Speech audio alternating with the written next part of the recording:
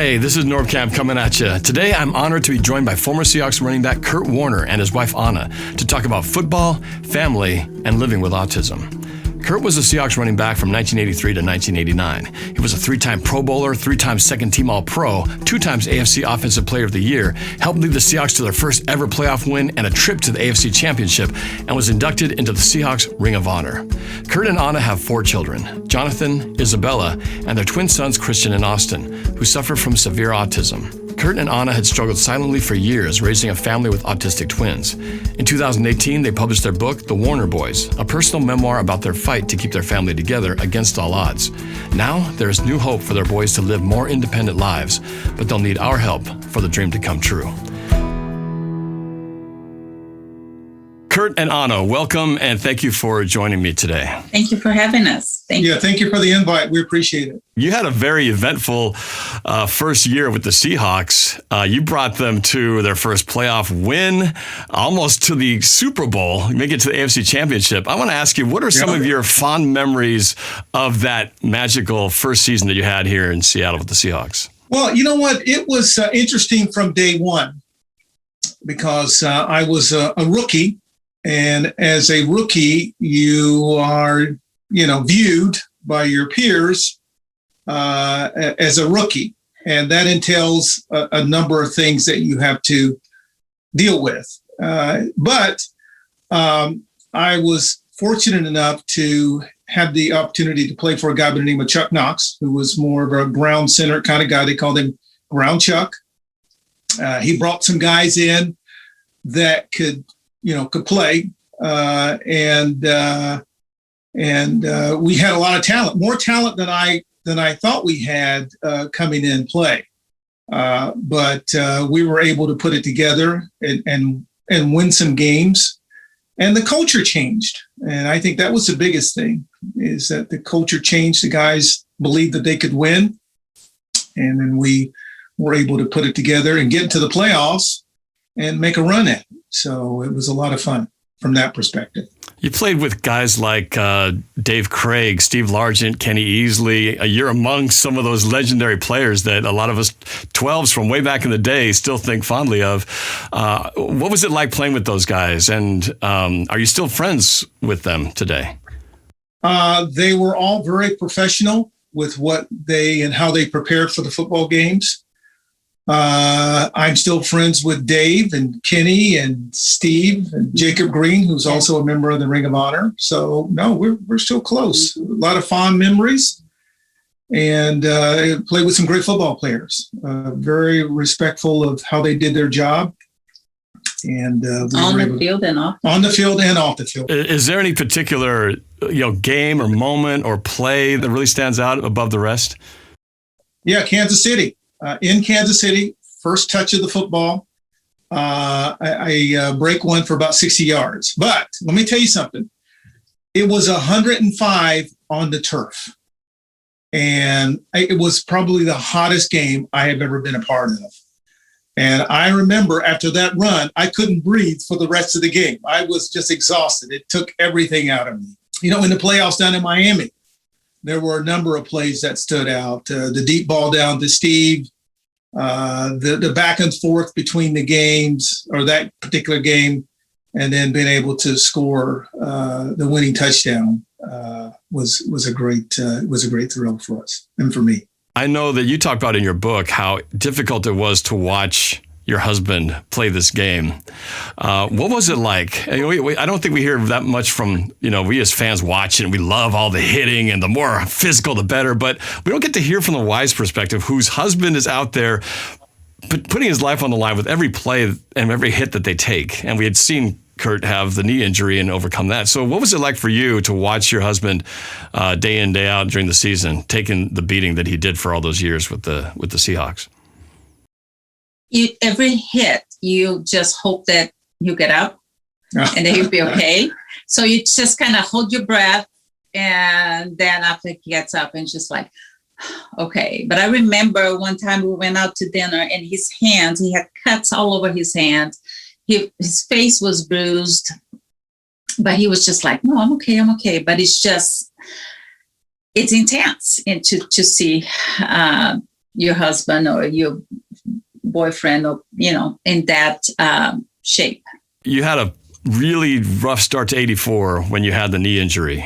And back then, it's not like today where ACLs, they can do miracles now with ACL injuries and people come back quicker than they ever have before. But back then, as a running back, that could have meant the end of your career. But somehow you managed to not only come back, but had a very productive career after that. In fact, you were the comeback player of the year, if I recall, from Sports Illustrated. What was it like experiencing that injury, and how did you fight back from that?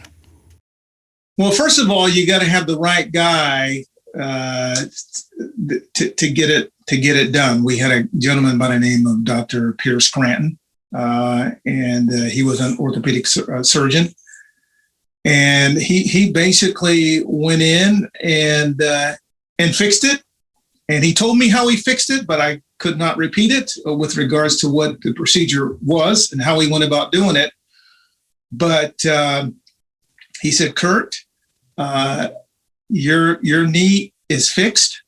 It is ready to go. What I need you to do is go in and rehab and get ready." And I spent a lot of time with Jimmy, and spent a lot of time with John Kasich, and they were able to to keep me moving in the right direction. And it was a lot of time rehabbing, probably about 8 hours a day. I was at the facility rehabbing, and then I was fortunate enough to get back on track and get out there and get things going again. From your perspective, what's the difference like between playing football in the 80s when you did play to what the game has evolved to now? What's that's a different? Good question. They're bigger. All across the line, the linemen are bigger. The defensive guys, tackles are bigger. Everyone is just probably 20 pounds, probably heavier, maybe even more when it comes to the linemen. But I think that as far as the intensity is concerned, it's pretty much the same when it comes to intensity. There are a few more things with regards to the game today that you could get away with, as far as coming across the middle and hitting, guys. That was a given. I mean, it was more physical, meaning that you could get hit and get hit hard. Whereas today they would call a penalty on you for what would be for a receiver hitting a defenseless receiver coming across the middle. Well, back then that was your free game, and most people didn't go across the middle. Why? Yeah, they called it the hospital. They call it a hospital pass. If a quarterback throws that play that leaves the receiver open in the middle for open season target practice, they call that a hospital pass. But yeah, you don't really see that anymore. The other big difference too for you is that you played on that Kingdom. While the Kingdom was a lively place, one of the loudest venues around, but that surface, boy, with the AstroTurf was basically carpet on concrete.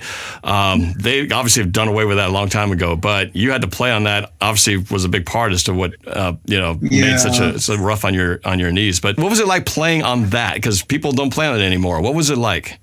It's like playing on concrete, basically. I had 6 surgeries.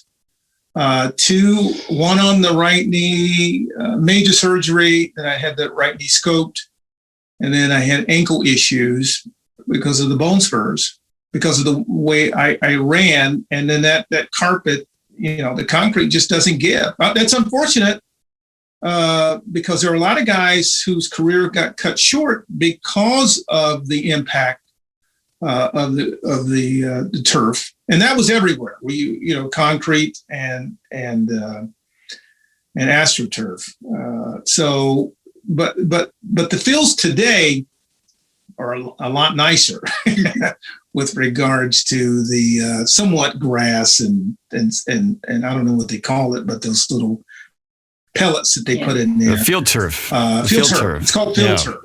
Yeah. And I've been down there, and it's not bad to play on. It's very similar to grass, meaning that when you are falling, you've got some protection, you've got a little cushion, versus 30 years ago when you're just playing on and something had to give. If you're playing on that concrete, something's got to give, and you're going to get hurt, and that's what happens.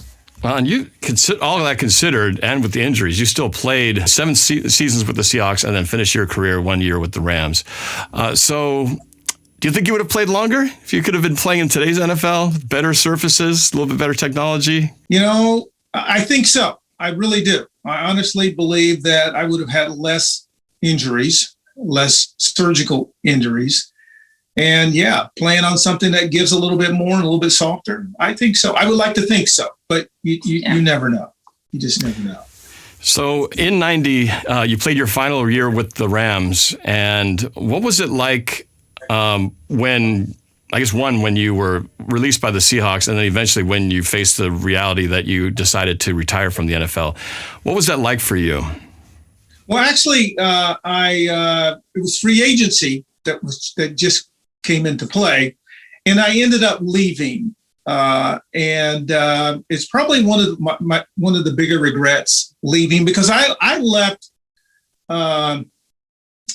because I didn't feel the love from the organization, and maybe it was just me and my ego, because as a guy, as a football player, you think that your career never ends, and you don't think that you're going to deteriorate to a certain degree, meaning that you're going to lose a step here and there, and you're the last one to realize that. And it probably takes 2 or 3, 4 years outside of the NFL that you go, okay, maybe at that particular time I may not have been as good as I thought I was. So there's just some realities you have to come to grips with, and I did. So but I did what I did, and but I think I've had a pretty good career. What was that like for you, Anna? I'm sure you were by his side as he had to make these tough decisions. What was it like for you to be going through that with him, leaving Seattle and eventually his retirement from the NFL? I couldn't understand the emotional part of the whole thing, because I was not I was not with him through the whole career. So it was more towards the end when I met Curt. Yeah. So it was just, to me, it was just like, wherever he goes, I'm going with him. Home is wherever he is. So I was fine, and I was just trying to be there for him and support him. Yeah. And just make sure that he had time to just heal emotionally, because it was hard to say goodbye. Well, you never think, as a young, athletic kind of guy, that it's not going to come to that realization that at some point you don't retire, you get fired. Your services are no longer needed, and that's a form of of retirement. But they moved on. You moved on, and it's time to go find something else to do. And I think that was tough, because the ego doesn't allow you to come to grips with that for quite some time until you get out of it, and then at some point in life, you go, okay, it's over. But I think it is also family. It was his family for 7 years. Yeah, it's family. And it's just, I know to the organization, it's more business, but, for the player, I mean, he was you're invested. You're with the guys, you're with a group of guys, and all of a sudden one day you're not. Yeah. And then you got to go figure out, okay. And then the relationships are not the same, because they're playing and you're not playing, and vice versa. So relationships do change. But over time, you rekindle those relationships, and you have conversations, and you remember the good things. You remember the fun. And we knew that Seattle was where we wanted to be. We wanted to have our family in Seattle. And so it was just a matter of, okay, we're going to go to California, but we'll come back. Yeah. We're going to come back. It seems like a lot of players who've come to Seattle to play end up staying here. I guess it just speaks to the community that we have here. And obviously you saw that too and decided of all the places you could have lived anywhere you wanted to, but you decided to make your home here in Seattle. What is it about Seattle that makes it so appealing to stay here and raise a family here? Well, it's beautiful. It's a beautiful city. Pacific Northwest is just gorgeous. And the people are just very personable, and nice, friendly, and friendly. Yes, so very accepting, and So it wasn't hard. Once you live here and you go somewhere else, you go back and forth. To Seattle, you realize it's a wonderful city to live in, a great city, beautiful city. Yeah. So that's why we're here. It's still in the Great Northwest. Yeah. So you eventually were inducted into the Seahawks Ring of Honor. What was that like for you? Because you kind of said at the end you weren't feeling the love, so it sounds like you didn't end on the best of notes leaving. But then eventually you come back, you get inducted into the Ring of Honor. So what was that like to kind of have that come back to you that way? Well, I think I appreciate it more now than even at the time when it did happen. But I was very appreciative that they considered me to be a part of the Ring of Honor. And I think every year after that 94 induction, I've come to appreciate it even more so, and what it means for what I've done and for the body of work that I've done. So I'm appreciative on that front. And I think we feel more as part of the Seahawks family. The Seahawks family. They include us, and we're very thankful for that. But it took a little while to kind of get through that, and you have to kind of work through it, and the personal side of it, you got to let it go, move on, and just be thankful for all of the opportunities that I've had, and to be able to play the great game of football, and to be a part of a great organization. But it took some while to figure that out and to let things go. Do you still follow the Seahawks now? Are you still a fan of the Seahawks? Yeah. Yeah, of course. What do you think? What do you think of the what the team has evolved into now? Now that we're in 2021, there's been a lot of controversy about Russell Wilson and things like that. What do you think about the organization in general? We're pretty spoiled up here to have a team that, when you go back to the days you played, you were the first on that team to have brought a playoff game to Seattle. And now we get one every year, and we still have fans upset about what's going on because unless you win a Super Bowl, it's like, oh, they didn't get it done. So I think the fans sometimes lose perspective on how good they have it really here. But, what's your take on this team that we have here in 2021? Well, when you win a Super Bowl and you contend for Super Bowls, that's what's expected every year. And if you get to the playoffs, you're expected to get to the playoffs, and you're expected to go deep into the playoffs. So the expectation level is extremely high. And unfortunately, the NFL does not reward you for having a good season. As a matter of fact, they tend to punish you for having a great season because you don't get the early picks, you get the later picks. The talent usually goes early versus late.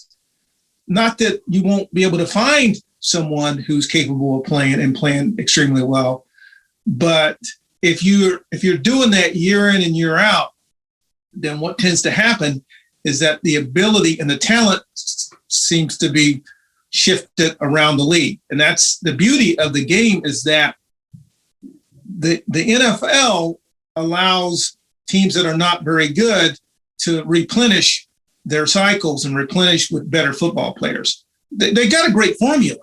It's just, it can drive you crazy if you're a player and if you're fans, because at some point, everything is going to balance out again. And you may be for 2 or 3 years at the top.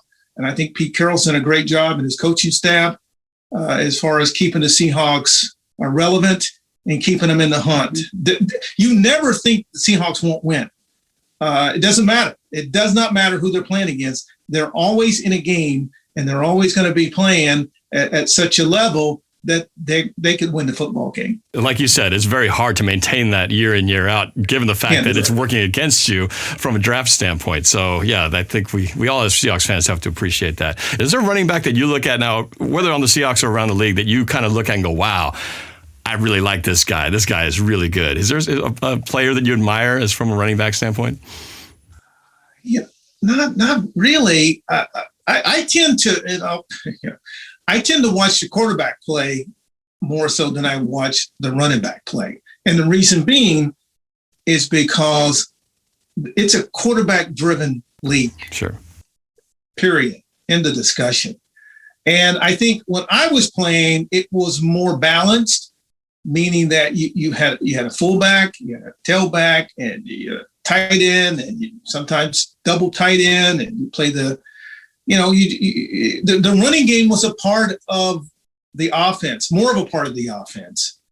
And it's just changed so much that you tend to watch the quarterback and the receiver. No offense to the running backs, because there's still some guys out there can play fairly well, but the game has changed. So is there a quarterback that you particularly admire or like to watch their game? Russell Wilson. I like watching him play. What's the kid from Kansas City? Mahomes. Yeah. Patrick Mahomes. I mean, he's phenomenal. Yeah. It's always Tom Brady. Tom Brady's always fun to watch. Yeah. Although my wife is not a big Patriots fan. And I'm not a big Patriots fan. Well, he's not with, he's with Tampa Bay, but it's just. I think a lot of Seahawks fans can relate to that. But none of us are real Tom Brady fans. I mean, he does represent one of the teams that has one of the greatest heartbreak moments for us. So the last minute. Yeah. We won't talk. I tend to watch, those guys, and that's kind of that's how the game has evolved. It's a different game. Now, maybe at some point somebody will come up with an idea that, hey, maybe we should put a fullback in there and a running back in there and maybe change the game a little bit.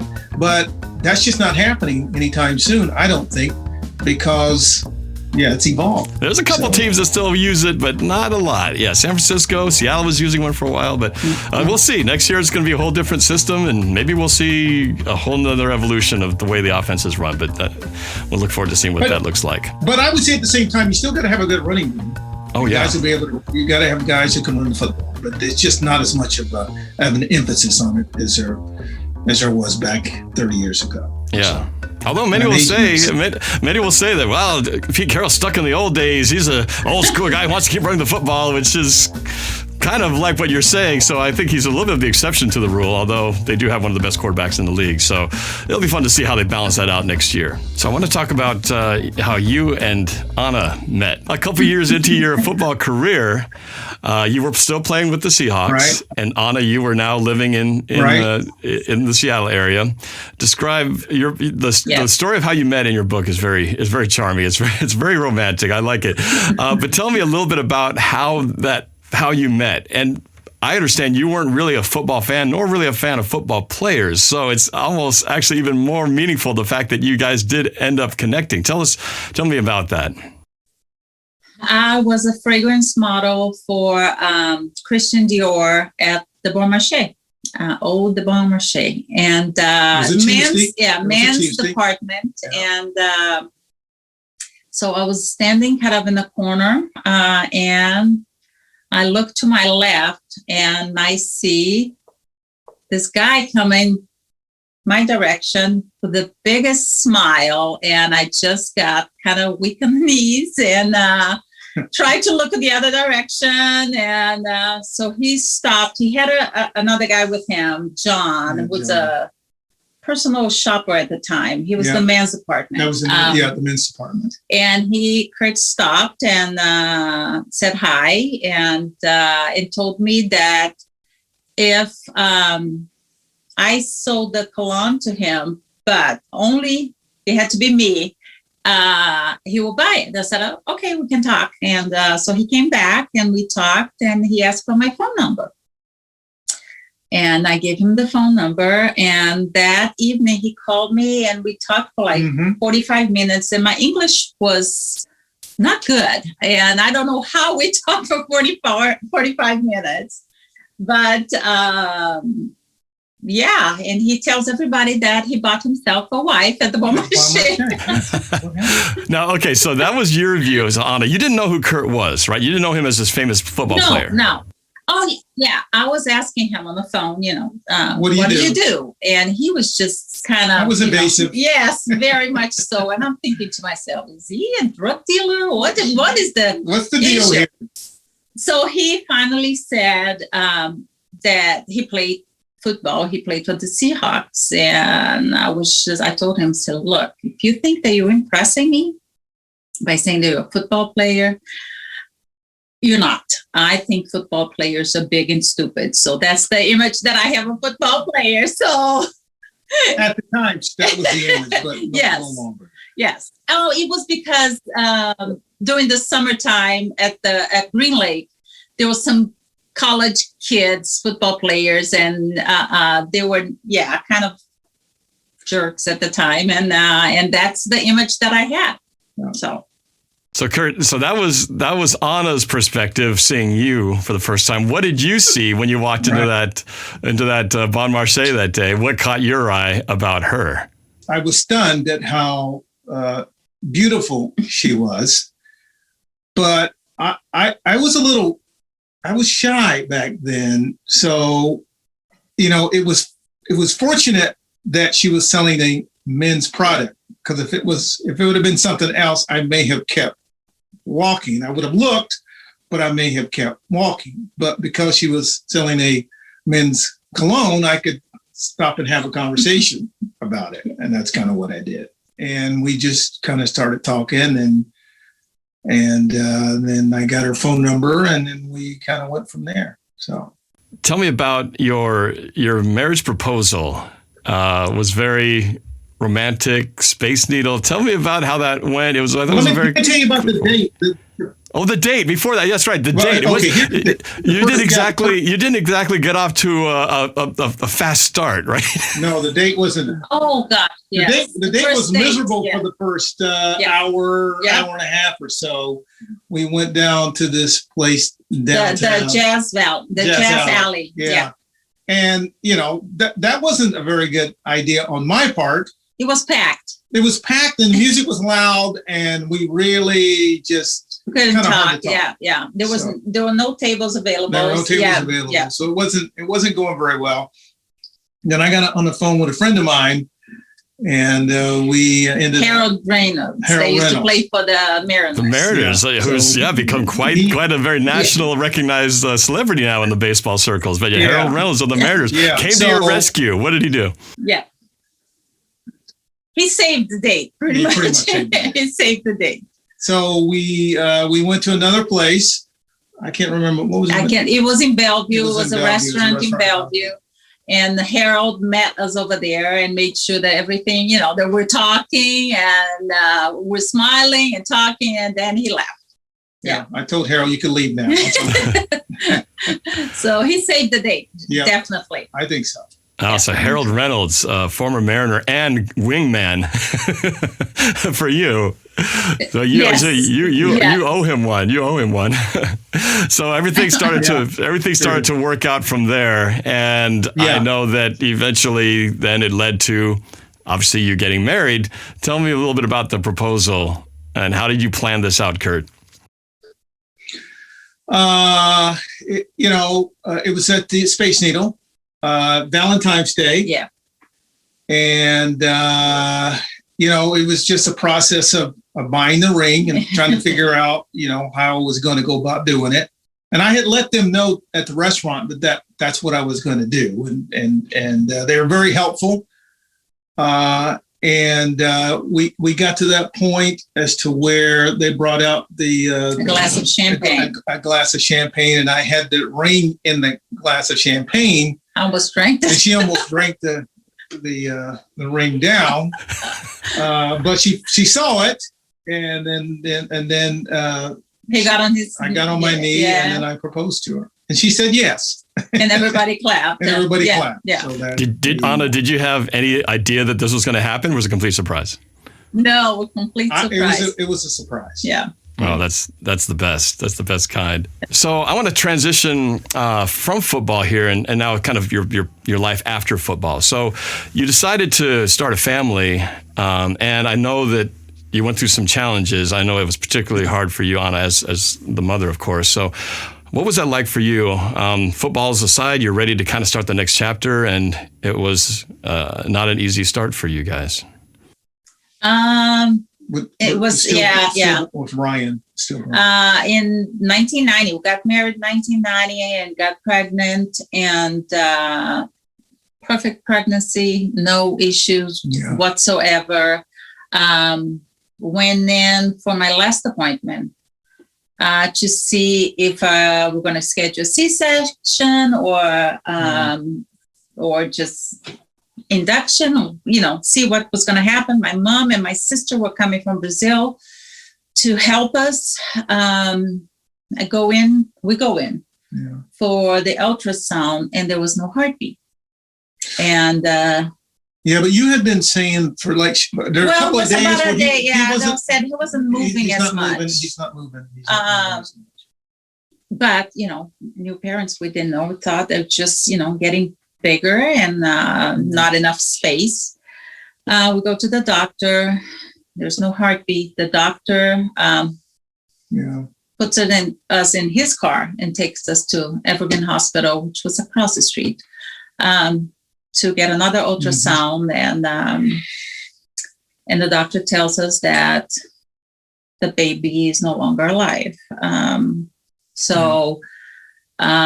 He said, just go home and wait to see if we're going to induce the following morning or what we're going to do. So I went into labor that evening and went to the hospital, and I'm still hoping for a miracle that, when he came out, he was going to be okay. I went through labor. And, but he had the umbilical cord around his neck, and he was no longer alive. So that was, I think, one of the lowest moments in our lives. And we, to be in a hospital and listen to, in the maternity ward, and just listening to all the babies crying in the other rooms at night. And, and then going home on empty arms. That was tough, very hard. And I went through a very tough depression, and we got pregnant with Jonathan, a high-risk pregnancy, because we didn't know if we're going to have the same end that we had.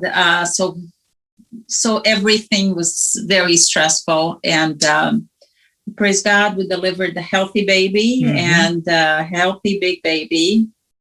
And then 6 months later, get pregnant again. No, 9 months later, get pregnant again. And but because we had so many ultrasounds with Jonathan for being a high-risk pregnancy, the first ultrasound, the doctor, well, actually, no. The first ultrasound that we had, because I thought something was wrong, Curt went with me, and he asked the doctor, so, hey, doc, so what do you see when you have twins? And he looked at Curt, Curt, 2 babies. And, that was a joke, and we're like, okay, or whatever. So when I go in for my official ultrasound, I told Curt, just, you don't have to go. We're going to have so many anyway. So just, he was going to go golfing. And so I went by myself. So the ultrasound doctor stopped and said, has your doctor talked to you? And I'm like, oh my gosh, there's something wrong. And I said, no. He said, well, my dear, you're having twins. And I was like, wow, I have a 9 months old at home and I'm having twins. And so sure enough, they're 18 months apart, all 3 boys. And And Curt thought that I was joking. I did. I thought she was joking. I'm like, really serious. Right. And I said, okay, so here we go. And so, yeah, Jonathan was 18 months old when the twins were born. Wow. And so that little joke you said, Curt, you might have somehow changed reality by saying, hey, how do you know if it's twins? All of a sudden, bam, there you go. I'm not even going to take credit for that. So, well, that was funny because the doctor was like, duh, Curt, two babies. But we only saw one baby in the first ultrasound. So, yeah. Wow, they're sneaky twins. I know, from day one. With Christian and Austin, your twins, at what point did you start to realize that something may not be right with them? I was around 18 months old, 2 years. They were very hyper.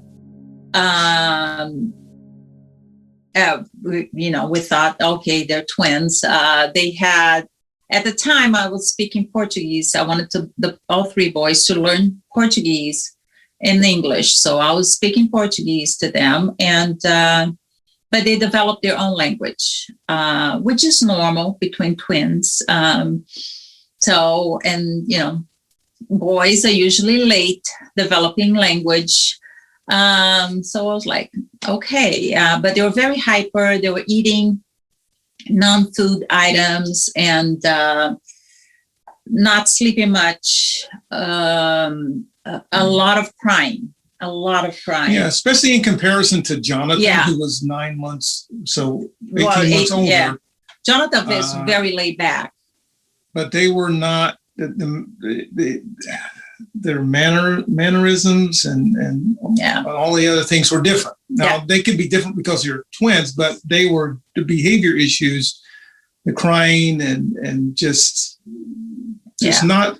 Christian, they were having a tough time. Christian will be more like in a corner, lining up his toys, and Austin will be climbing on everything. And they weren't talking to us. They were more self-absorbed. Yeah, meaning that we were there, but they had they were thinking. Or behaving in such a way that they just wanted to be left alone. Yeah, so, they were not saying, mom or dad. No, they were just, Austin had about 5 words. By the age of 5, he had about 5 words, and Christian had less than that. So we knew something wasn't right. We just didn't know, what it was. Yeah. You mentioned in your book where you went to I think a doctor appointment, and you were trying to explain about how, was it Austin who was eating things, and something happened in the office. Tell that story, because it's almost if evidence presenting itself right there, that was a clear example where the doctor, okay, I see what you're talking about. What happened on that day? They were chewing wood. Okay, window sills, they had little teeth mark. Our table had teeth mark, chairs. So I was telling the doctor that, I said, it's like living with 2 beavers in the house. Everything has, teeth marks. And so the doctor had one of those tongue depressors. Yeah, and kind of gave it to Austin just to entertain him. And I'm explaining to the doctor, then I looked. He had destroyed that thing, and he was eating. And I said, okay, right there it is. That's what he's doing. And it's called pica. It's a mineral deficiency. And there was, it was iron deficiency or something like that. Mm-hmm. And when you eat non-food items. So strange behaviors. Yeah. Now, at that point, did you still not know what the diagnosis was? Were you still searching? And eventually... Yeah, we didn't know. Okay, so when did it finally come clear that this is what they have, that they have autism? It was right before they turned 5 when we moved to down here to Camas. And we had just purchased a dealership in Vancouver. And the manager... at the dealership had mentioned something about a developmental pediatrician that he knew, and talked to Curt about it, and they set up an appointment. So it was about 2 weeks prior to their 5th birthday. And we took Austin, who had a little bit more language than Christian. So we went in to see the doctor, and I'm explaining to her in 5 minutes in the room with Austin. She said, it's autism. And I'm like, what do you mean it's autism? I'm thinking it's ADHD or something because they're so hyper. And she said, yeah, he has autism. And of course, my answer, what did I do wrong? What did I do wrong? Did I raise him different than Jonathan? Or, she's like, it's not your fault. It's not your fault. And, but that was it. Is autism. That there was like, Curt asked her, what can we do? And she said, there's nothing you can do. Yeah. Yeah. Because I'm thinking, how do we fix this thing? Well, now that we know what it is, we've identified it. What's the next step? What are you going to do to fix it? And she didn't say anything. Yeah, she said, there's no fix. There's no fix cure. it to it. I'm like, what do you mean there's no fix it to this? There's got to be a fix to it. And you got to remember, this is 1999, okay? And so we drove home, and I'm thinking to myself, oh my gosh, next week we're bringing Christian in. I mean, that's... Well, he has it as well. He has autism. Yeah. So we once she diagnosed Austin, it was the quietest ride home. It was a tough ride. And so we got home.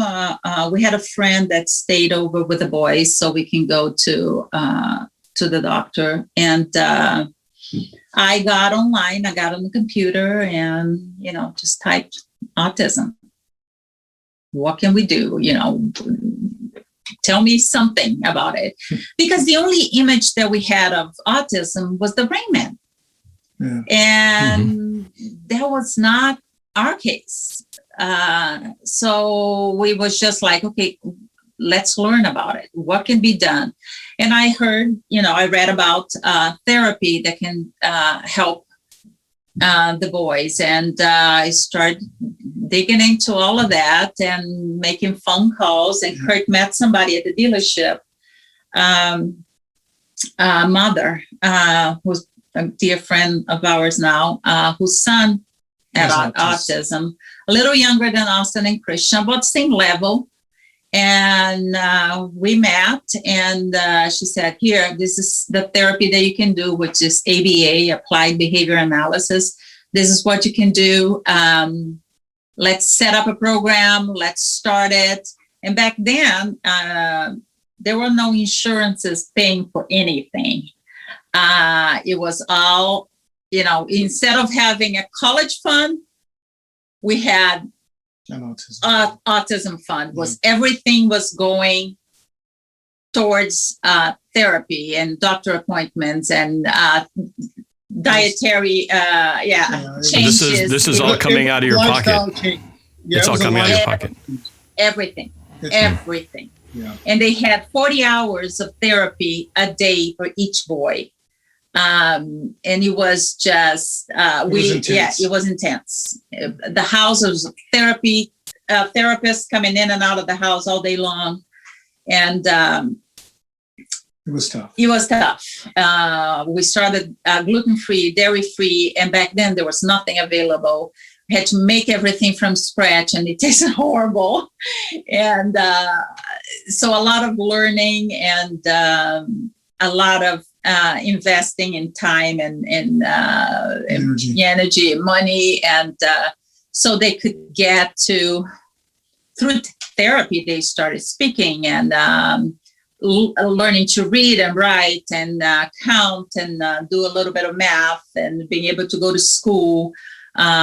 So it was a good investment, in my opinion, because I think the results could have been a lot worse than what they are now. Which would be some type of institution. Yeah. And we didn't want to. Didn't want to go down that road. One of the things you talked about in your book that touched me as a father myself was you mentioned how the boys sometimes out of frustration would start hurting themselves, hitting their heads on things to the point where they would bloody themselves, and your natural inclination is to hold them and comfort your child when they're having a hard time. But you talked about how sometimes that's the last thing they wanted because something is bothering them that to even be held might worsen the situation. And that's just hard to even wrap your mind around because normally hugs and love, that's kind of like, it's a natural comfort, right? You can always go to that and think anything, no matter how bad things are, you can always give somebody a hug. But in this case, sometimes that's not even, you can't do that. Talk about some of those challenges, what that was like for you, Curt, as a dad going through this when the boys were at that younger age. Oh, yeah. It's a tough reality to live with, knowing that you're not connecting at that level. But I think as we had talked earlier, I said, I'm going to keep doing it whether or not they want it or not, as much as I possibly can. And I still have to, we still have to kind of, prompt them when it comes to, a hug, especially Christian. But he'll hug you, momentarily. He'll give you a hug. But Austin at times will overdo it and give you a big hug.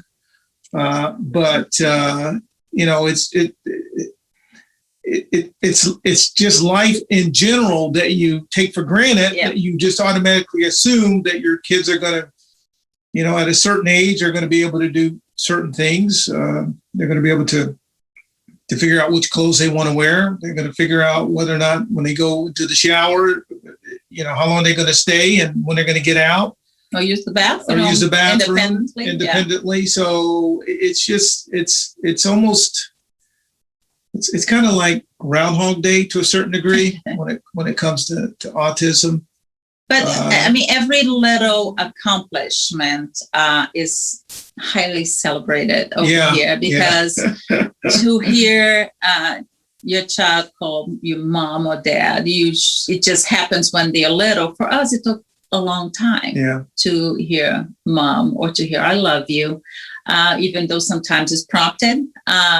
But we celebrate the little things more so than a parent of a neurotypical child. So it's just sometimes delayed, but it happens, and we celebrate that. You learn what is unconditional love. And unconditional love, even if they burn your house down, you still love them accidentally. You still love them. Even if they're tearing the walls up in your house, you still love them. Now, you may not be happy with them, but you adapt. You adapt and you learn to love regardless. And I think that's a lesson that, it's a hard lesson to learn, but it is a lesson to learn. So we love these guys regardless. We love Jonathan, we love Isabella, and we love Austin, and we love Christian, and we want to do what's best for them, regardless of the situation. The expectation levels have changed, and we've had to change along with them. Well, I know you had to adapt. There was a point in your lives where you had to basically lock yourselves in your house and almost shut yourselves off from the rest of the world because it was really for the survival and safety for the boys. And I think what you discussed was that you weren't able to communicate this to a lot of people who didn't really know your situation. What was that like when you had to, we've been living in a quarantine situation with this pandemic this past year, which has been very strange for all of us, but you lived that pre-pandemic years ago in your own way by yourselves. What was that like and describe why you had to do such an extreme to actually physically lock yourselves in your house to protect your family. The boys would wander out of the house and escape out of the house and gone. So when they were little, we tried. Austin could climb a 6-foot fence like this. He's very athletic and fast. And you blink it, he was gone. We tried all kinds of in therapy trying to stop him from doing. Now he is a very good problem solver, and he'll find ways to get out. So we had to put keys, locks, front door, backyard door, because he'll climb out of the yard and harm himself. And harm himself, yes. And we had to put locks on the windows because one time Christian was opened the window. He was leaning against the screen from the second floor, and a neighbor called and said, "Hey, Christian is about ready to fall from the second floor." So we had to make sure that everything that we had knives, kitchen knives, we had to put in the pantry, and we had to lock the pantry because Austin one time was playing and with the big knife, and he was little, and he was impersonating the Sleeping Beauty. He grabbed a big knife and went to stab the dragon, which was our couch, living room couch. So we had to lock the pantry, and that was what we needed to do to keep them safe. And we're just kind of, it's like the tail wagging the dog. That's really what it was like for a long period of time. We were reacting. Yes. To survival. Yeah. We were in survival mode for a long time. And, who are you going to complain to? Yeah. I mean, who do you talk to about it? You tell them what's going on, and it's like they're just looking at you like, really? Seriously? You can't make this up. What we were dealing with, you can't make it up. And it was happening every day. We had Austin escaped one time and broke into the neighbor's house and knocked on the door, on the back door. And they're a dear friend of ours. And her father was visiting and saw Austin in the backyard, He opened the door and let Austin in, and Austin was in their office on the computer printing stuff. And, just stuff like that was like, okay, for their safety, we need to... you can't make this stuff up. So the things that we're saying in the book, it's actually, these things are happening, and we're just going like, wow. Yeah, broken doors. When they were frustrated or, angry, they'll hit the walls, and they still do it. So we had broken walls, broken doors, and so we had to learn to fix holes, learn to adapt, and and just survive. Pretty much that was it. Was there anybody you could talk to who understood your situation, that when things just got bad enough, you could at least sort of share what's going on because you were so cut off from so many people? Was there anybody you could kind of turn to? At the time, I don't think we just didn't want to deal with anybody. I think it was more just, we were frustrated. No, I think it was just, we were mentioned to our friends, who are neighbors and other, friends. Yeah, but it wasn't, it was just like, it is what it is. Yeah. To us, it was just like, it's not gonna, complaining is not going to get things done. And so we just like, okay, our friend Richie was like, hey, we have way too many holes on the walls. Can you come down, next month and help us fix the holes? And he's like, okay, I'll be there for the weekend. And he'll come down for the weekend. And so. No, it wasn't that we were just disgruntled to the point where we just didn't want to talk to anyone. It was just that when you're in survival mode, we keep saying that. Yeah. You're just, where are you going to get the energy to sit down and talk about something like that? You just don't have energy, and your focus is so right there. There's so much to be done. That you just, I don't.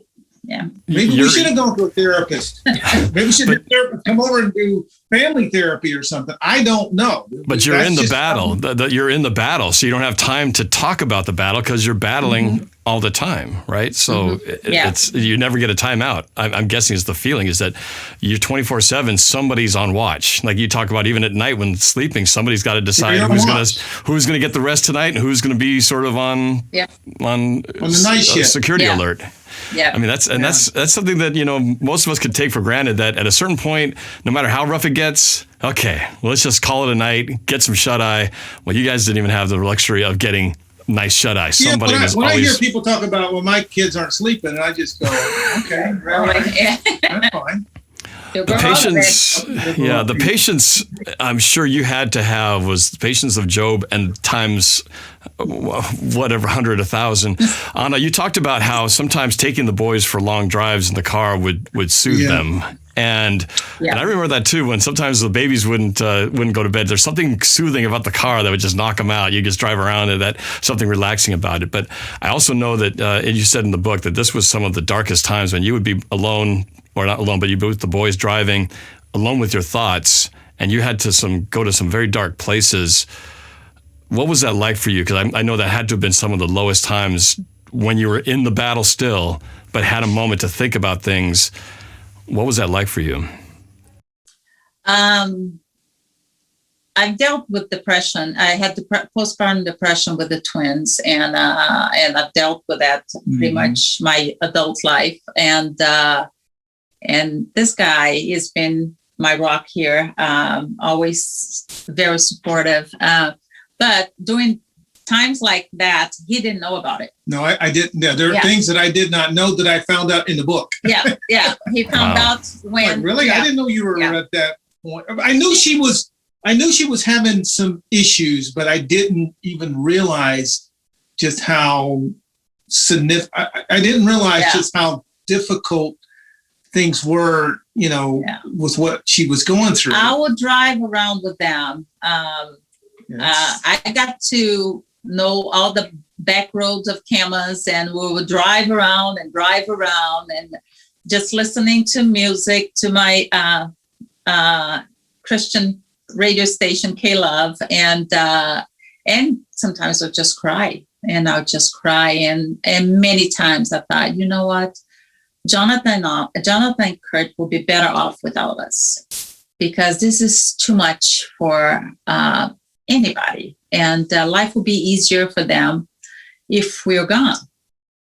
And I'll just cry, and the right song will come on, and I'll just a lot of prayer, and I'll be able to go home. And a lot of times this was done when he was out, but because that was during the weekend. On weekdays, the boys had therapy, speech therapy, and all of that. But weekends, I was with them most of the time, and Curt would do. We wanted Jonathan to have a normal life, and Curt would take him to baseball or basketball or whatever sport he was doing at the time, and I'll be just driving around with the boys.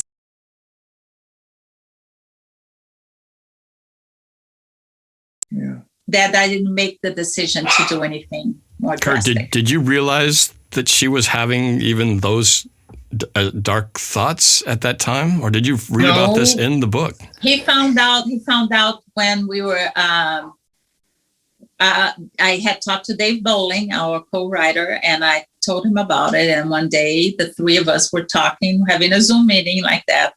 We used to have one with him every week, and he asked if I had told Curt about it, and then when I revealed to him, and he was just like, you know what? I knew it was bad. I just didn't know it was that bad.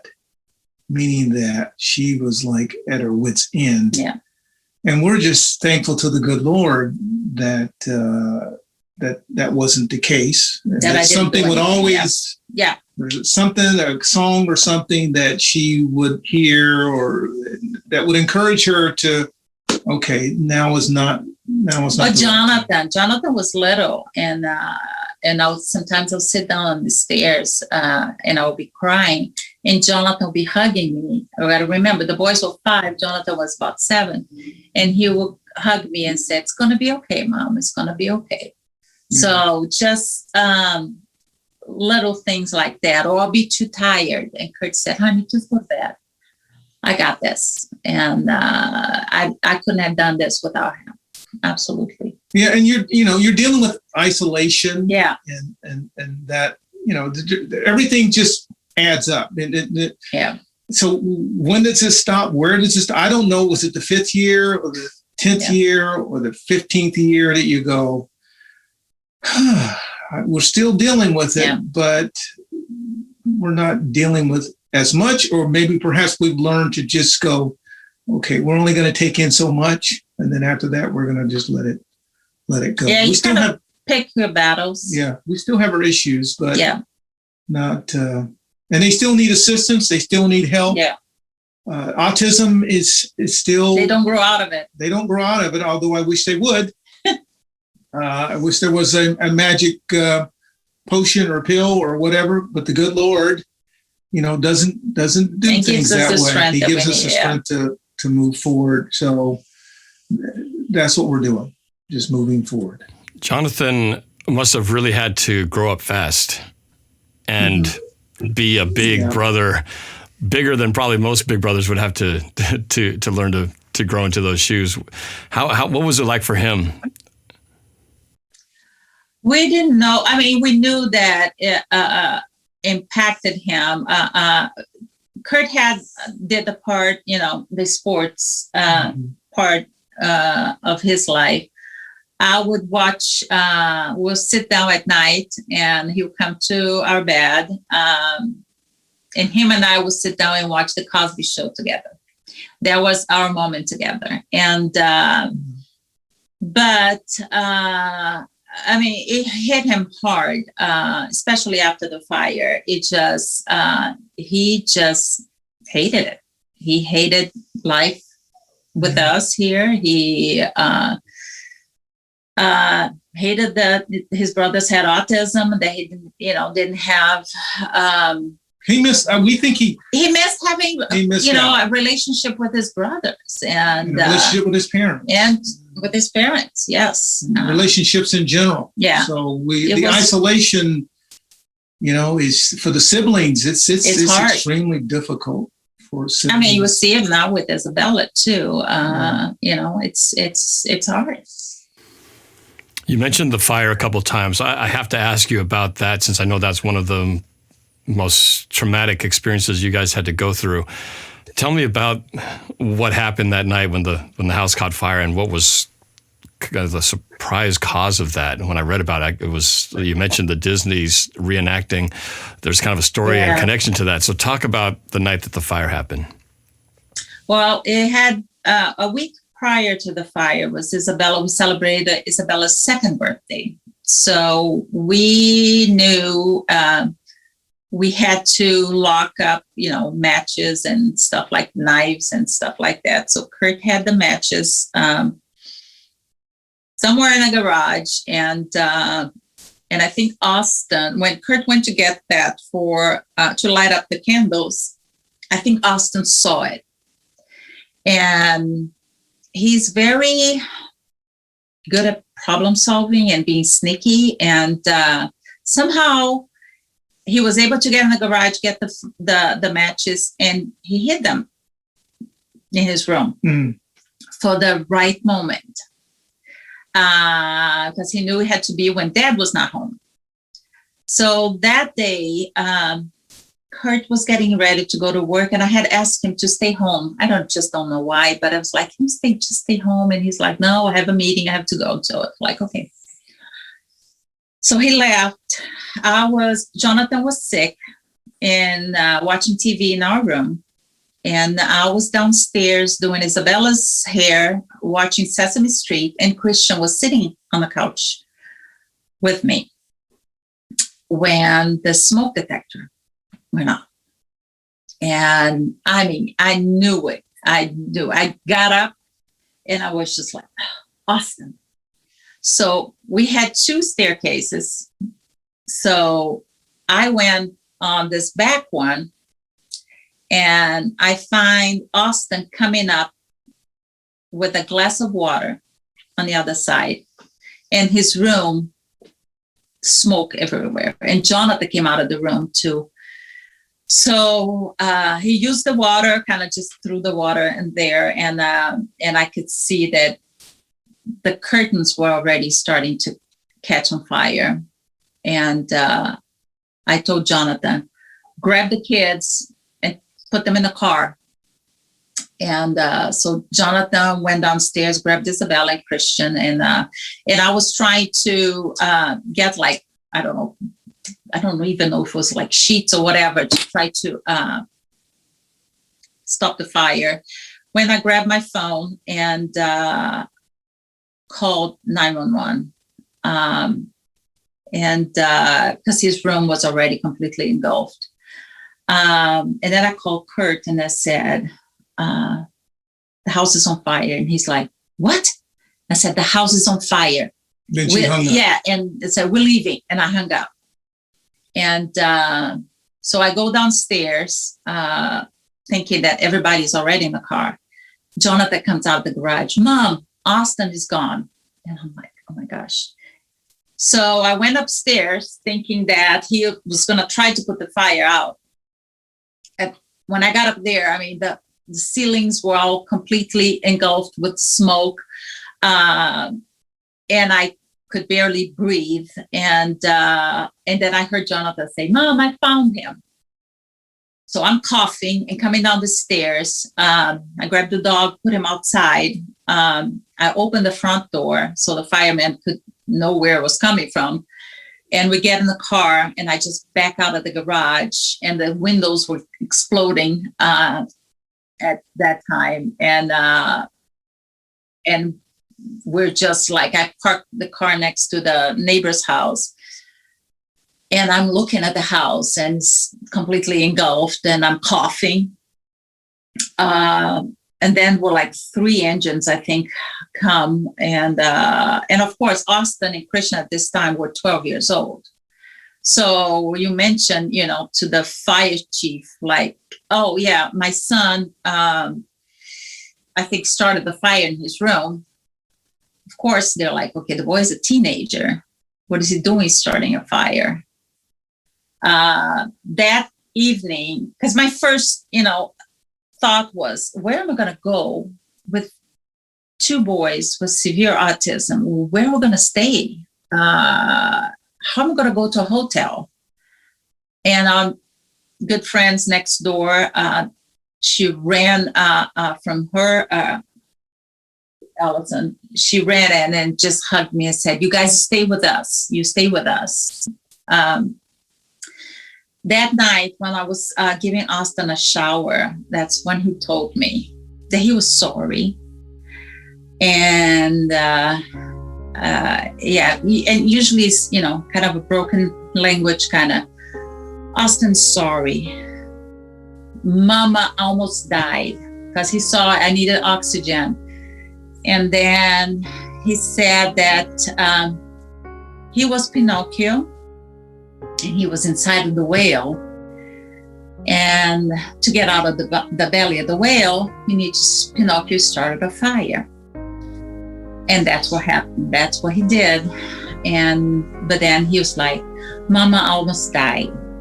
And so he understood that, what he did was dangerous and wrong. And at the time, I saw the fire chief a few days later and told him about that. And he said, he thanked me for saying that because they were thinking about pressing charges because he was 12 years old. And but when I said to him that I was giving him a shower, he was like, oh, okay, so that's they are developmentally delayed and we're not going to press charges. So, yeah. So we stayed at our friends for a couple of days and found a house to rent until we lost 95% of our stuff. And but the family's okay. Yeah, but the family's okay. Curt, what was from hearing Anna's perspective, you got a phone call and just said, the house is on fire, we're leaving. So what was it from your end? Because you're someplace completely else. You had this phone call. What was your reaction? What did you do the moment you heard your wife's voice telling you that the house is on fire? I think the first, with disbelief, I think that like, really, this can't be happening. So I called back and there was no answer. So I was in a meeting and I just said, hey, I got to go. And I left. And it took a while for me for it to sink in until I actually got there, because the natural defense is to kind of go in disbelief until you actually get there. And then when I got there, well, and they had closed the streets down because we had like 3 or 4 engines and so they closed everything down and he ran. And when he saw it, he kind of just broke down and And I assume this is pre-cell phone time, so you're not able to talk to Anna, stay in touch. You're having to go from one call and all of a sudden you have no idea what's happening this whole ride home, right? So the anxiety of that must have just been driving you crazy.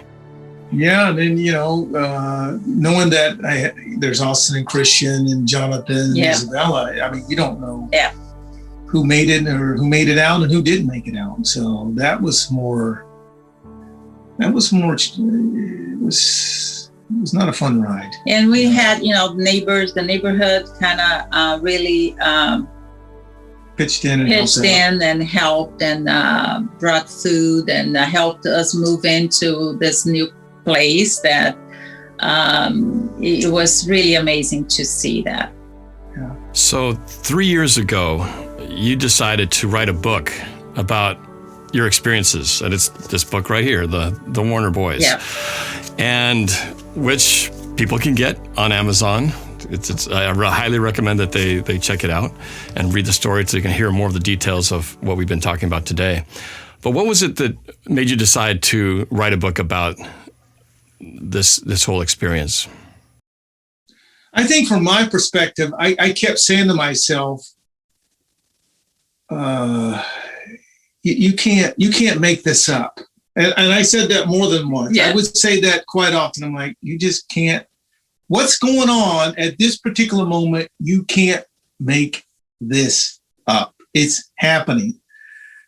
And then, a dear friend of ours, a gentleman by the name of Ken Hutcherson, Pastor Ken Hutcherson, had written a number of books as well. He told us, you guys have a story. You need to write. You need to write. And when he said that, the boys were younger, and I'm thinking to myself, when am I going to have time? We don't have time to write a book between midnight and 4 a.m. So it was not something that I had even thought about it, because and it just happened over a period of time. I was having a conversation with Gary Wright. Gary Wright from the Seahawks. Yeah. And just a dear friend. And I was telling him, I'm like, you know what? This is what's going on. And I think we should put it in words just to kind of see where it goes.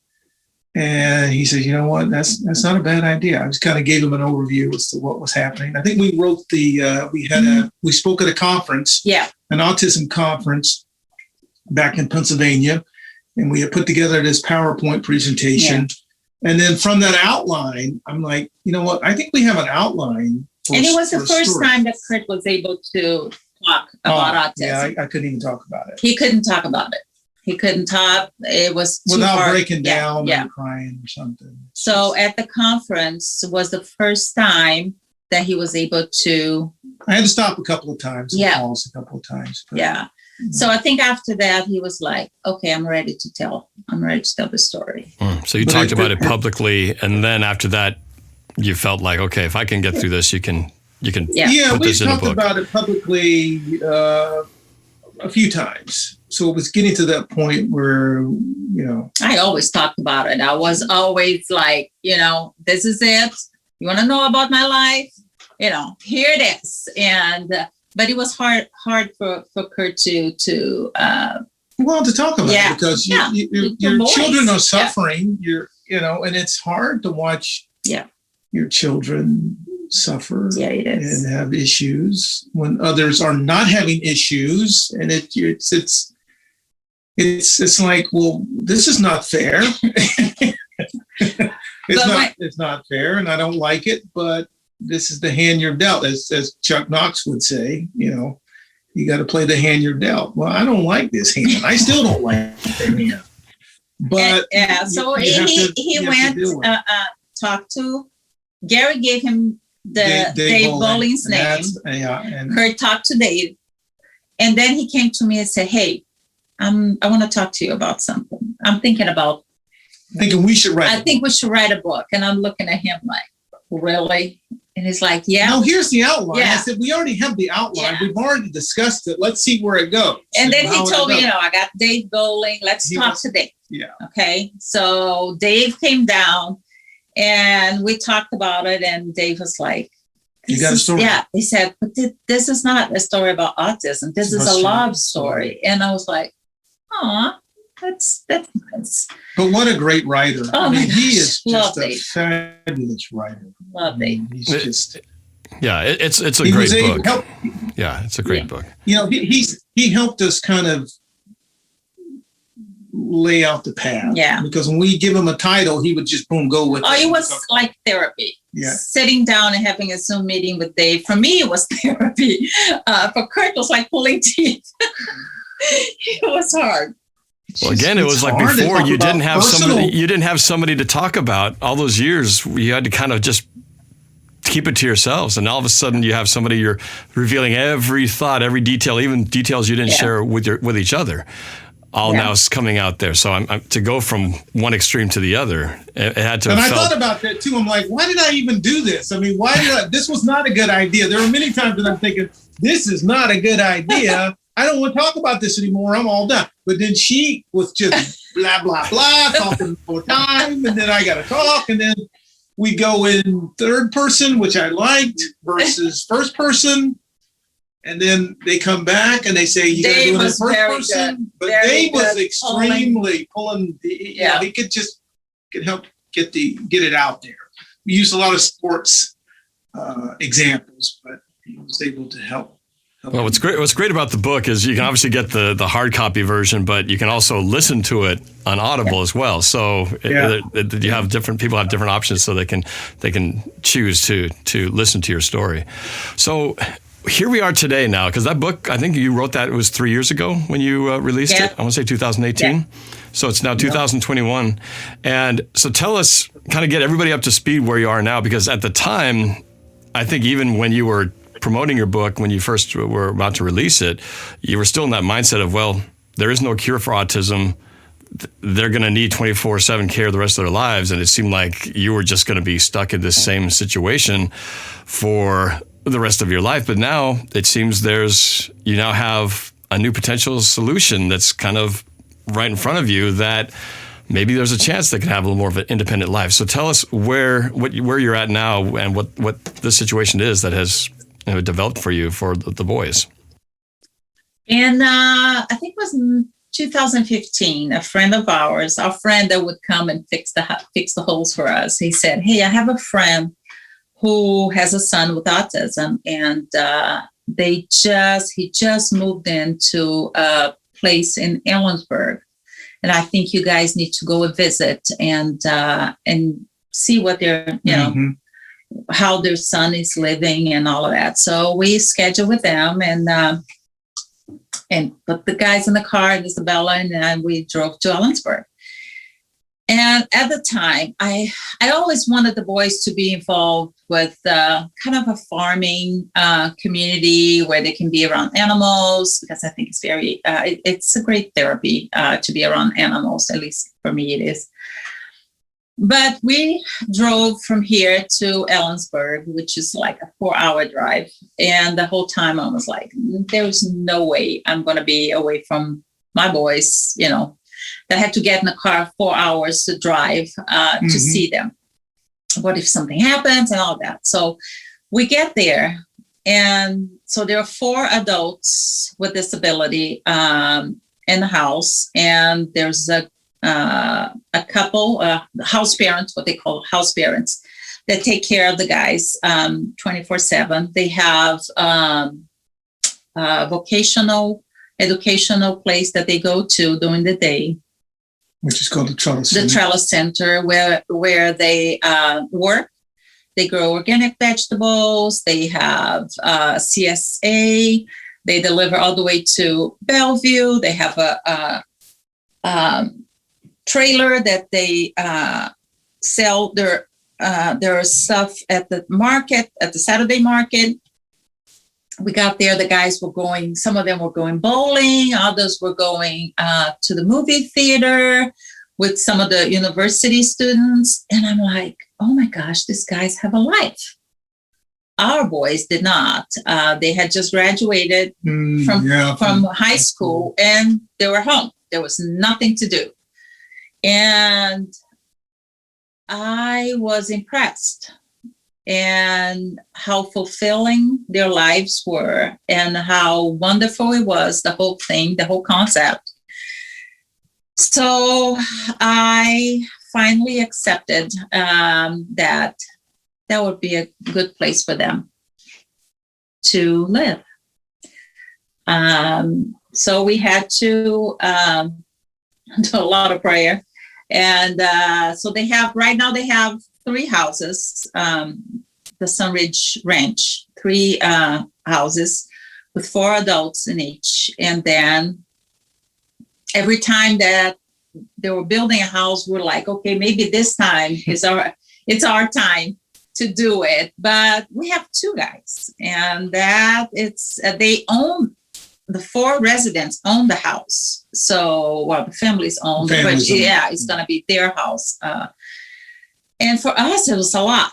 Financially, we couldn't do it. So we have a dear friend that read the book and stepped in and said, she wants to help. We want to help. Yeah. I want to help. She said, actually, we're going to buy the house. I told her, we do a fixer upper. We got a house and just do a nice remodeling and then we'll go from there. And she said, okay, let's do that. And she went one step further. She said, I'm going to gift one of the boys his share of the house. And you guys paid for the other guy, for the other twin. And then we have 2 more adults that will join them. So the house was just finished December 2020. The boys were able to move in. Well, we moved in with them February 2021. We are finishing up, establishing the whole house, and their routine is a work in progress. And establishing their routines, and so they can start in the Trellis Center. We're trying to hire house parents, a couple sets of house parents, but they still have a lot that needs to be done around the house to be, so they'll be able to work. So we will be able to actually come home. So the reason we got involved was we saw the video from Dave Craig. Hi, this is Dave Craig. I'm speaking specifically to the 12s and the Seahawkers, but in general to anybody who's watched Curt Warner play football. Him and Anna, his wife, need our help. He's got 2 boys, Christian and Austin, who've had autism since they were 2-3 years old. They're in their 20s now. They need to live an independent lifestyle. So does Curt and Anna. They need to live an independent lifestyle. A lot of people helping a little bit goes a long way. So on behalf of Curt and Anna, I would like all the 12s and the Seahawkers just to give a little bit. A lot of people can help a lot. Thank you.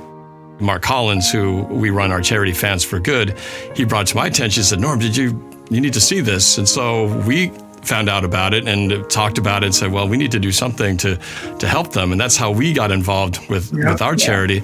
And we're now appealing to the 12s out there, the 12s community, and just those who can help. Where will that money go to help you right now? We have to build an apartment, and where we have the garage at the boys' house, we have to build an apartment so we can have house parents for respite.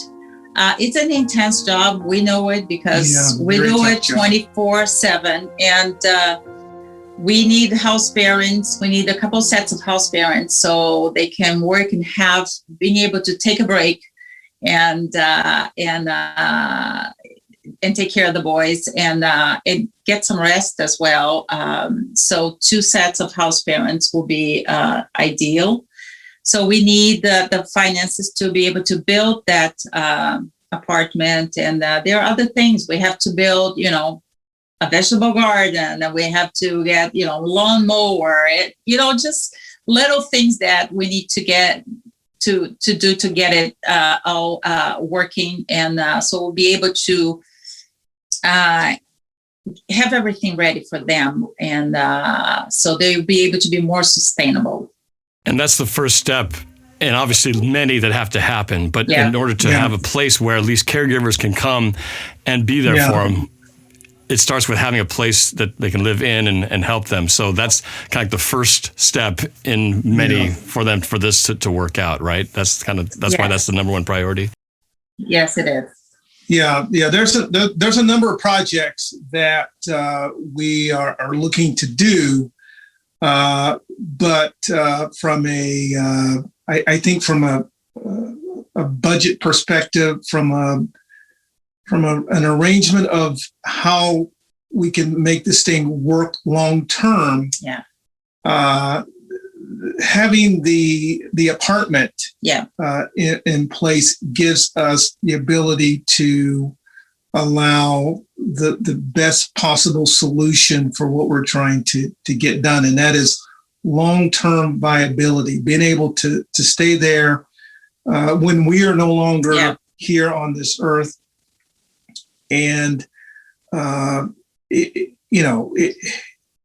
someone is going to have to step in and make sure that these guys are taken care of, because there isn't a day that doesn't go by that we don't think about, what's good, what's going to be good for them in the future. We think we have a way to go that would enhance them, not only from a living condition, but also being able to work, being able to be entrepreneurs, being able to have a life where, a fulfilling life, and be happy.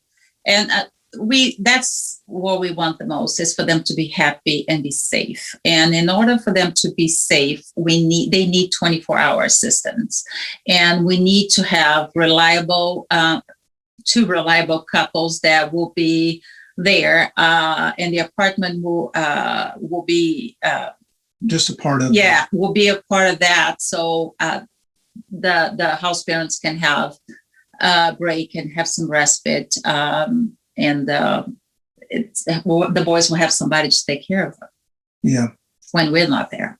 So I want to ask a tough question, because I think there's often an assumption that since you played in the NFL, Curt, you must be loaded because everybody in the NFL is billionaires and millionaires, or because you did have a car dealership and now you have an insurance business. So people might be asking, well, why do they need my money? He should have plenty of money. How do you address that? Because I think that's, when people don't know your situation, that might be one of the first things they think is like, well, Curt Warner, he's an NFL player. He should have plenty of money. How do you answer that tough question that sometimes pops into people's heads when they see an ask saying, we need your help? You know what? That's a great question. And I would probably be thinking the same thing. But I can tell you this, that in 1983, the pay level in 83 is less than what it is currently today for someone coming into the NFL. But as I think my wife pointed out, that we have been, providing and taking care of our guys from day one. And, we know what it's going to take to move things forward. Now, are we in a position to where we have that? No, I wouldn't be asking otherwise, because, for me, that would be the last thing that I would want to even to bring to the forefront. But unfortunately, we are in a situation where we can use additional help, additional funds that would help with our guys, along with others who are in the same situation. So, you got to kind of let your guard down a little bit and understand that, hey, these are the 12s. They've enjoyed a long Seahawk. They're long Seahawk fans, and they're wonderful fans, and we love them dearly. And all I can say to you is, look, if you want to help and participate, God bless you. If you don't, God bless you. I don't mind asking because it is for Austin and Christian. It is long term. We want to do what's best for them. And there are times when you do need help. And I don't mind asking for help. I don't mind humbling myself to a point where, we could use some help. So thank you. And thank you if so, and thank you if not. We appreciate it. I've loved being a Seahawk. I wouldn't trade it for anything. And being a part of the Seahawk community, it's been a great experience. And so thank you. Anna, how about you?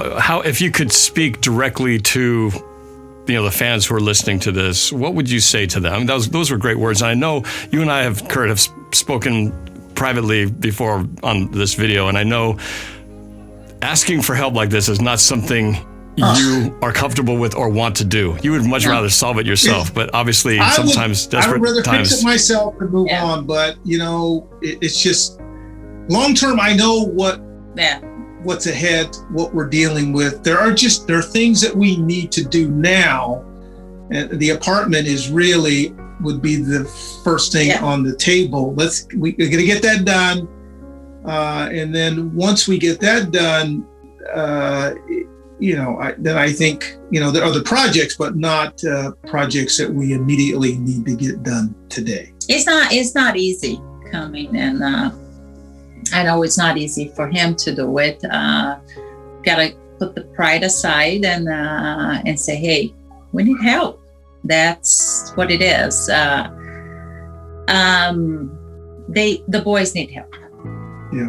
That's really, we're doing everything that we can to get this their house set. We are staying over there right now and setting their schedule, their routines. So we are there. Yeah, we are there. Yeah. We're living there, but transition is hard for them. So it's been hard on Isabella because we don't have the house parents, so she hasn't been able to go back to school because of being there with her brothers and with us. So we have to do what we have to do. It's a family, and she the other day she was like, "But I've been waiting a whole year to go to school." I said, "The boys have been waiting 7 years for this house, and it's finally here. We have to get this done right." And so it is hard, but we have to do it. Thank you. Yeah. Thank you for doing this. So one last question is, what do you hope? One more tough question. One more, the last question. What do you hope people will learn from your story? Obviously, we're hoping people will be generous enough to help support you guys. But in the big picture, what are you hoping that people watching this, reading your book, what they might learn from your story? What are you hoping will come from that? Just from what they may not have known at all about this to then reading your story and learning that there's so much more to this. What are you hoping that they might take away from in terms of just the people in general? Number one, I would say autism awareness. Yeah. Compassion. Number two, the experience of it, because we're telling the story from our experience, from our perspective, and then hoping that there is a connection to a certain degree. So with autism at 1 in 59 or 54, this is something that is not going away. Yeah.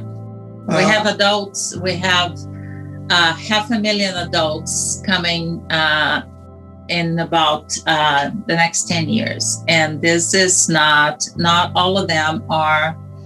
And there's going to need to be some type of housing situation. We need that. There's many families like ours, or even in a worse situation than ours. So be, helpful. Have more compassion. Don't judge. Just be a nice neighbor, a kind friend that will be just offering, help. What can I do to help? Instead of just judging because you see a child that is acting up and you think it's bad parenting or whatever, offer help. Be kind to one another and just. And I would say this, the NFL is a tough. It is a tough guy's game, tough man's game. But autism is tougher. Mm-hmm. Physically, mentally, spiritually, it cuts at you. It brings to your knees. It brings you to your knees. Why? Because they're your children. Yeah. You love them. You're going to love them regardless. You want to do what's best for them. Long term, there has to be a solution. There has to be some type of direction. And we're just trying to get ahead of it before we get into a situation where we're in it. And I think we are moving in that direction, but we still got a few more steps to take. Yeah. There's some things that we've got to do. We'd love to get some house parents sooner rather than later. Yeah. But we've got to wait our turn and see what happens. But we are looking to get that part of it dealt with as well. Well, so to everybody watching out there, again, this is Curt and Anna Warner sharing their story about football and raising a family with the challenges of autism. You can check out their book, The Warner Boys. It is on Amazon. And please check out our fundraiser, the Curt Warner Family Autism Fund. You can see it at our website, fansforgood.com. We also have links to where you can donate directly to the fund and on Facebook. And more information, if you want to know more about their story, there's more links in there for where you can get more information. So Curt and Anna, thank you so much for taking the time to share your story with us. Really appreciate it. Thank you, Norb. Thank you, Norb. We appreciate you taking the time to dig into this and ask the right, a lot of questions, tough questions, but good questions. Thank you. Thank Mark for us as well. Yeah, please do. You're welcome.